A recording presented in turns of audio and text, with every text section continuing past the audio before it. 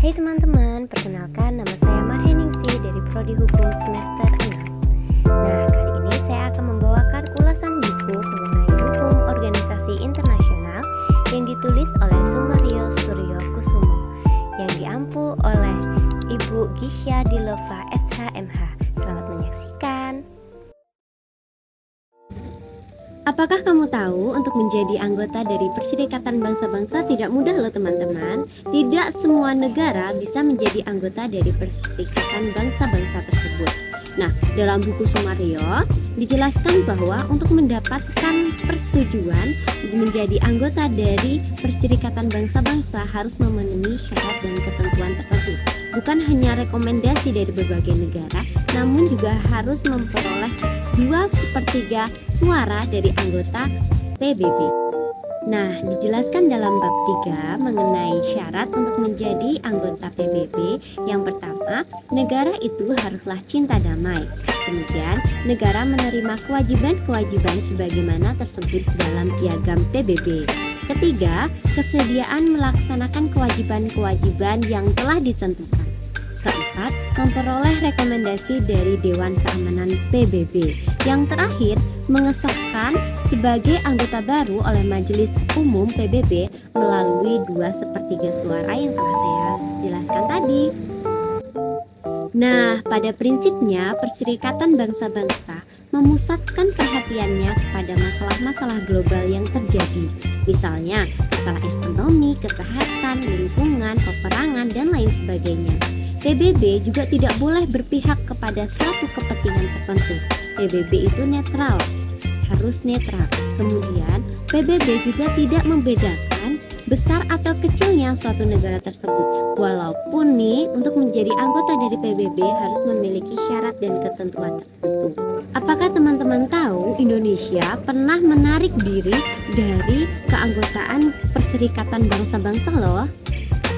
Nah, hal tersebut terjadi pada tanggal 20 Januari tahun 1965, di mana Wakil Perdana Menteri atau Menteri Luar Negeri Indonesia pada saat itu yang dijabat oleh Subadrio mengirimkan surat kepada Sekretaris Jenderal PBB yang menyatakan sebagai berikut, bahwa Indonesia akan menarik diri dari PBB jika Malaysia duduk dalam Dewan Keamanan.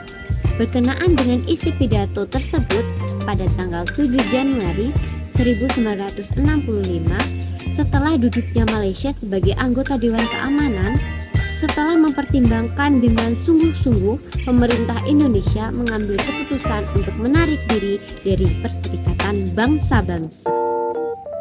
Materi selanjutnya mengenai masuknya kembali keanggotaan Indonesia dari PBB.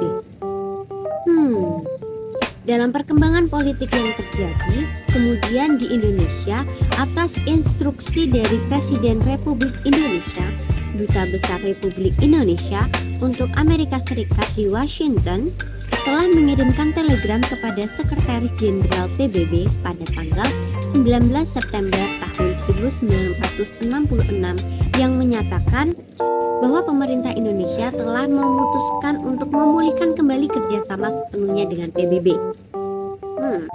Nah, kita masuk ke dalam bab 4 mengenai Dewan Keamanan Perserikatan Bangsa-Bangsa. Dewan Keamanan PBB merupakan salah satu dari 6 badan utama dari PBB.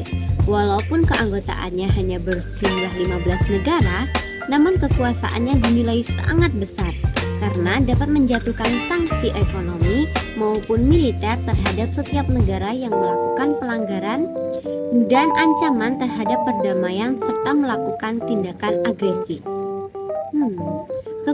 Kekuasaan mutlak untuk menjatuhkan sanksi semacam itu sangat tergantung pada sikap kelima dari 15 negara. Selanjutnya, fungsi dan kekuasaan dari Dewan Keamanan.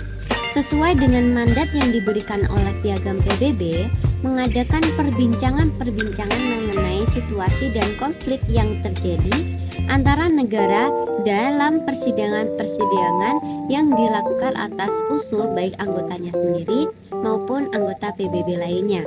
Kemudian melakukan penyelidikan terhadap suatu situasi dan konflik tersebut sampai seberapa jauh sih untuk membahayakan perdamaian dan keamanan internasional,